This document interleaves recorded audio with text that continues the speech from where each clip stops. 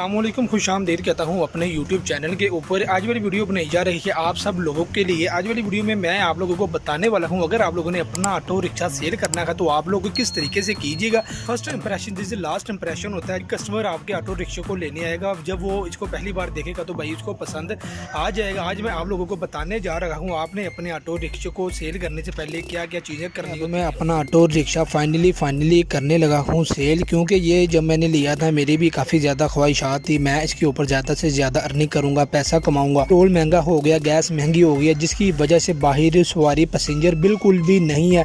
अगर कोई जाता है तो भाईजान वो अपना ही किराया देता है। आप लोग जो रेंट मांगते हो वो आप लोगों को नहीं मिलता, जिसकी वजह से आप लोग उनको छोड़कर भी आते हो। आप लोगों का पेट्रोल और गैस ही निकलता है। वजह से मैंने ये फैसला किया, अब मैं अपना ये ऑटो रिक्शा सेल कर दूँगा, क्योंकि 2023 मॉडल है, 2023 में ही सेल होगा तो मुझे फ़ायदा हो जाएगा। वो 2024 में सेल करूंगा तो मुझे 50 से 60 हज़ार का नुकसान होगा। पहले मैं अपना ऑटो रिक्शा साफ करता था अपने कारोबार के लिए, अपनी सवारियों के लिए। अगर आप लोग भी अपना ऑटो रिक्शा सेल करना चाहते हैं या करने की सोच रखे हैं तो आप लोगों ने सबसे पहले अपने ऑटो रिक्शे को इस तरीकाकार से साफ करना है, यानी कि आप लोगों ने अपने ऑटो रिक्शे को चमका देना है। मैंने अपने इस ऑटो रिक्शे के ऊपर 8 से 9 माह काम किया, लेकिन वो 8 से 9 माह मेरे ऊपर किस तरह से गुजरे हैं, मैंने कौन कौन सी चीज़ें बर्दाश्त की हैं, इस ऊपर मैंने कितने पैसे लगाए हैं। लोग कहते हैं ना पहिया किसी किसी को रास आता है, मैं तो अब यही समझ रहा हूँ पहिया मुझे रास नहीं आया,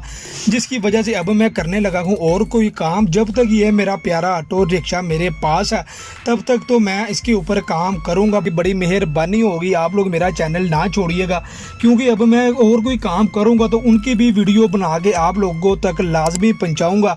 आजकल मैं क्या कर रहा हूँ और कौन सा काम स्टार्ट करने जा रहा हूँ। मैं इतनी बात समझ गया हूँ, ऑटो रिक्शा चलाना हर किसी के बस का काम नहीं है, क्योंकि जून जुलाई के महीने में रिक्शे के अंदर इतनी ज़्यादा गर्मी होती है, आप लोगों को बैठना काफ़ी ज़्यादा मुश्किल होता है। और जिस सीट पर आप लोग बैठते हैं आपके नीचे भाईजान इंजन लगा होता है, ऑटो रिक्शा स्टार्ट होता है तो इंजन काफ़ी ज़्यादा गर्म होता है।